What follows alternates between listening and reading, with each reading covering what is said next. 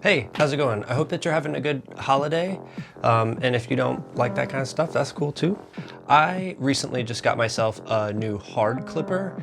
I had been using the Melda Production wave shaper, and it just had a lot of different options and functionality, and I just couldn't take the time to learn how it worked. I just wanted something simple, so I got the knock clipper from DECAP. Today I'm going to put something together with the Nord drum, and then I'm just going to clip the hell out of it. I'm also going to put it on the master bus and just see if it makes it a little bit more aggressive and in your face. So let's get started.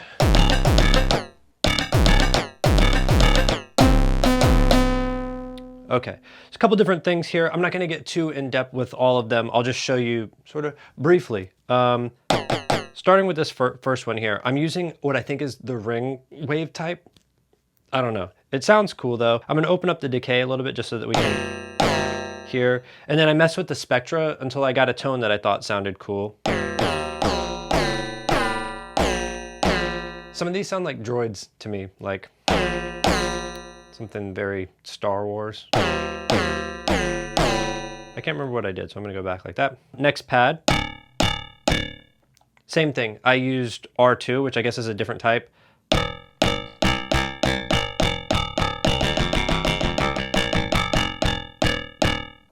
don't think there's anything special going on here. It just sounds sort of like metal to me.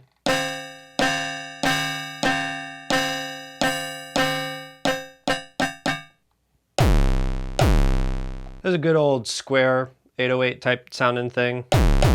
Just a square wave, and then I just have a little bit of pitch bend and time on that envelope so that we get this boom, right? And then I distorted it. I think this will sound really cool in the clipper. I don't know, we'll see. All right, this is just a square wave. There's nothing special to it at all. And then this one here is a quarter of a step up. Oh, sorry, quarter of a step down. I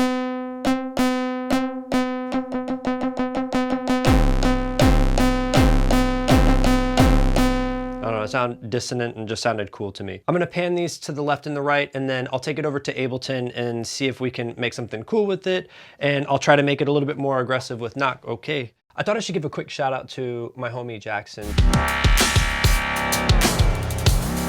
Jackson was the first person to put me on to knock, and I really liked the whole suite. I found myself leaning towards drum bus for most of these things. However, I was missing the hard clipper, which I thought was just really fantastic on the plugin. So just this one little unit is perfect for me. Anyways, I just finished recording a performance. Let's take a look and see what we got. Okay, so I brought all my low end to one side and my high end to the other side. It just turns out that I just had basically the one kick, or the subby sounding 808 thing on the low end. All right, and then I've got the high end here. A little bit of this later. Sounds like a bunch of robots. I took the MIDI data from the original performance that I recorded in, and what I did was I just put a kick, one of my favorite kick samples, to supplement this low end here. So if we just listen to the two of these together, without the kick, with it, just gives it a little something that I think is important. And maybe I may use some of this other MIDI data in there, maybe I'll throw some other samples, but for now, I think I'm probably just gonna go ahead and close this down, and let's see if we can start making something. A, for automation, let's see if we can make this a little bit more exciting. I'm not gonna get too lost in this because the focus for this should be knock, so I'm just gonna do a little bit of automation. I'm not gonna get crazy. Okay. Let's go down here, let's start with this.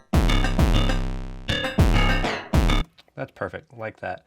Let's just do that here, ramp that up. Maybe we'll do like a little, like a curve, like one of these, and then pull it down just a little bit. Let's see.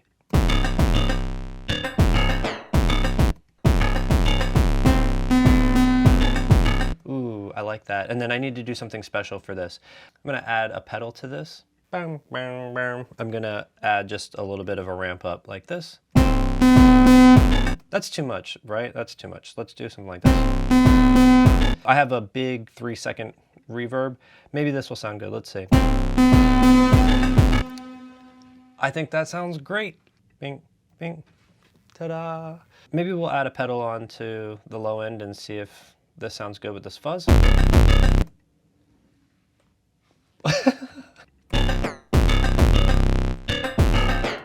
Back to this, let's see. That's kind of neat. And maybe try this reverse thing in here too, see? Cool, I like it. Let's go to the delay on the high end. Da-da-da-da. I'm gonna loop it, it's gonna be annoying.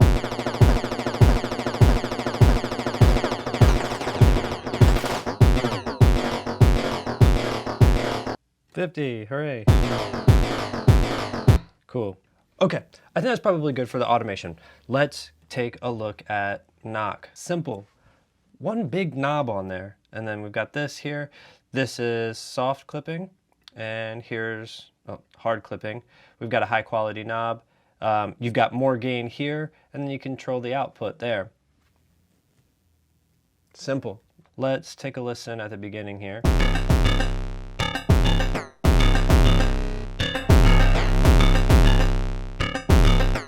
Oh boy, I guess I probably need to just duplicate this and add it onto the kick up there.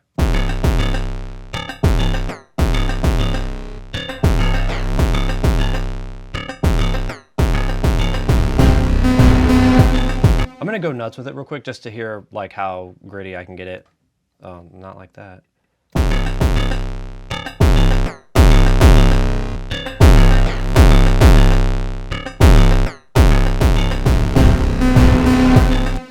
Less is more. It's gonna be okay. That's pretty good. Let's see how we're looking on the meters here, if like we're super max. We still got some space here. Still got some dBs, we got some headroom. I'm gonna go ahead and just take it over to the mastering side of this here.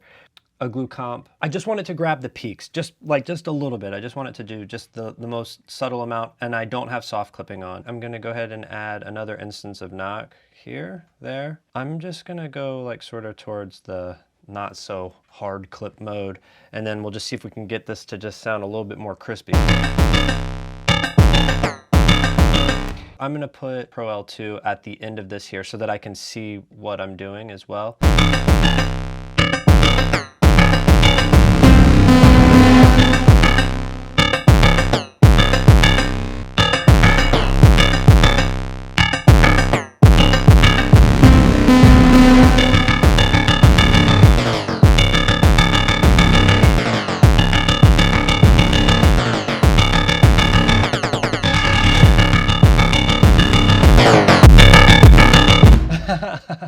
All right, I'm gonna keep messing with this, just see if I can fine tune it just a little bit more. If you get a chance, please do me a favor and take a listen to my album Precipice. I've dropped it like 3 months ago or something. It's 90% Nord drum, and I'd be very grateful if you took the time to listen to it. Bye.